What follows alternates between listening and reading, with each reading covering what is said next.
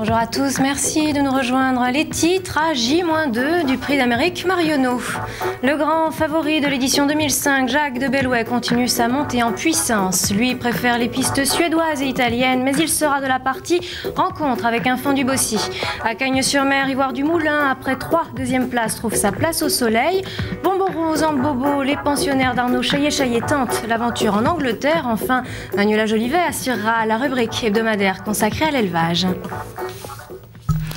Les 18 duos qui vont faire parler la classe dimanche sont désormais élus. La nouvelle est tombée en fin de matinée. Jos Verbeek sera au sulky du crack suédois de Stefan Melander, Scarlet Knight. Les deux hommes se rencontreront samedi matin pour parler du cheval. L'Étoile Dry et Lady Dovrecy ont été éliminés. Superlight, petit pousset de l'épreuve, a réussi à se qualifier au gain. Ce sera le premier prix d'Amérique de Rugen Wellstom.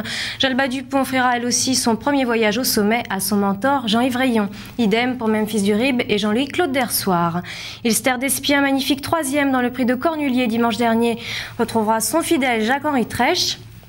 Le 2e de ce Cornulier, Scarlet Knight, sera donc associé, je vous le disais, à Jos Verbeek. Quant à Jacques de Bellouet, il devrait être déféré des 4 pieds pour la première fois de l'hiver. Et il sera bien sûr associé à son entraîneur Christophe Gallier. Jacques de Bellouet, après son doublé dans le Cornulier, continue sa montée en puissance sur la plage. À 3 jours du Prix d'Amérique Marionneau, Christophe Gallier a accepté de recevoir une de nos équipes chez lui. Les dernières images du grand favori de l'édition 2005 du championnat du monde des trotteurs, grâce à Pierre-Emmanuel et François Prado. Chez les Galliers, comme dans l'ensemble des écuries qui préparent l'Amérique, le compte à rebours a débuté il y a quelque temps déjà. Mais jeudi, sur la plage de Lingreville, dans la Manche, on prenait conscience que le grand rendez-vous approche. Calme, serein, le grandissime favori du prochain Prix d'Amérique ne semble pas avoir la pression. Détendu, décontracté, Jacques de Bellouet va aborder le championnat du monde des trotteurs, bien dans sa tête, bien dans son corps.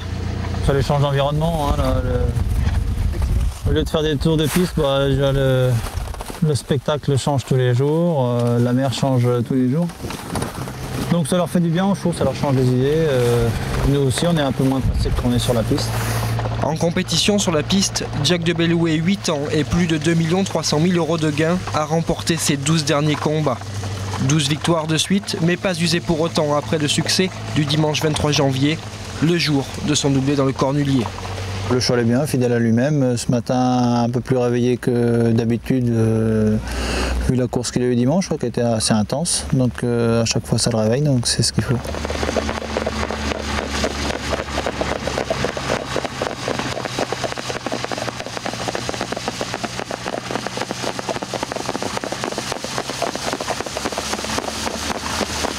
Est-ce qu'on peut dire aujourd'hui qu'il n'y a pas d'opposition contre Jacques de Bellouet? Non, c'est pas la configuration de la maison. Non, il y a de très bons chevaux. Une course, faut la courir. Hein. Le poteau n'est jamais fait d'avance. Dans le Cornulier, il a fallu s'employer. Ilster Despien a fait une superbe course. Donc non, c'est jamais. On va partir dans la tête comme un outsider. Se voiler la face pour aborder l'événement avec moins de pression, sans doute. Christophe Gallier l'avoue, cette position de favori n'est pas la meilleure.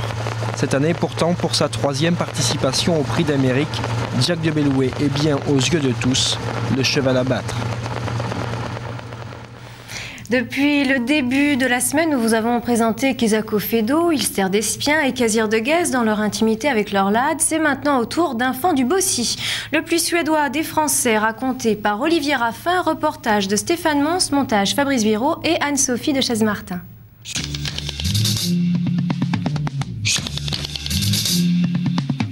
Comme il a été élevé à la maison, la première rencontre, c'est quand il est né, quoi.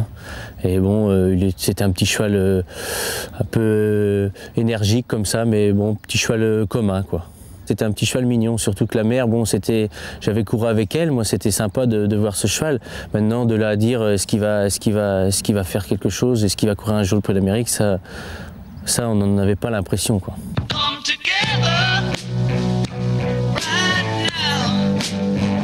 C'est un petit peu le roi, quoi. C'est lui qui commande au travail, c'est lui qui se gère. Si tu le domines, c'est lui qui te domine, quoi. C'est lui qu'il faut qu'il te domine.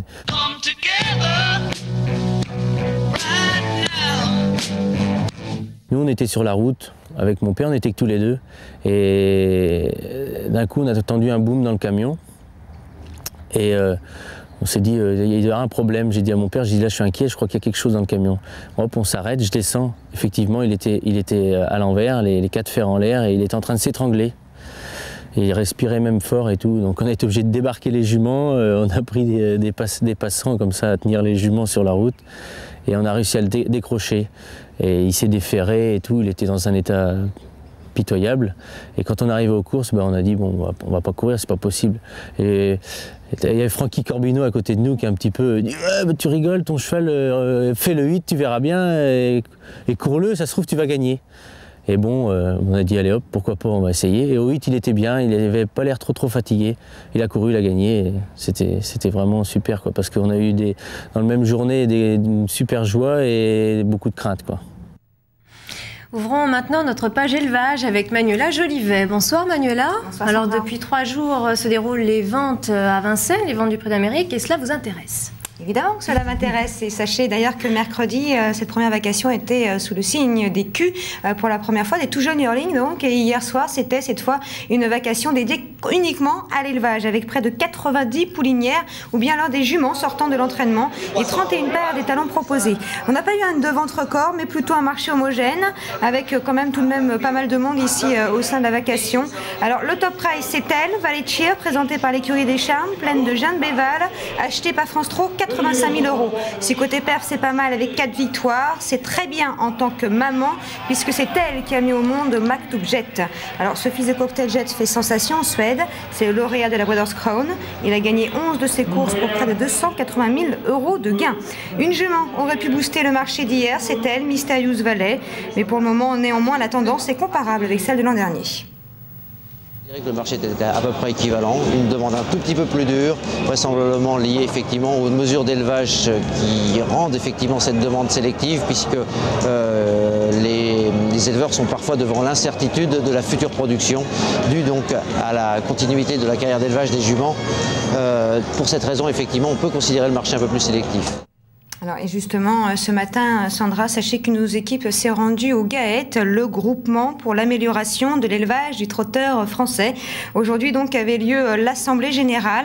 Et à l'ordre du jour, eh bien, justement, ça concernait la nouvelle réglementation sur les poulinières, un dossier très vaste.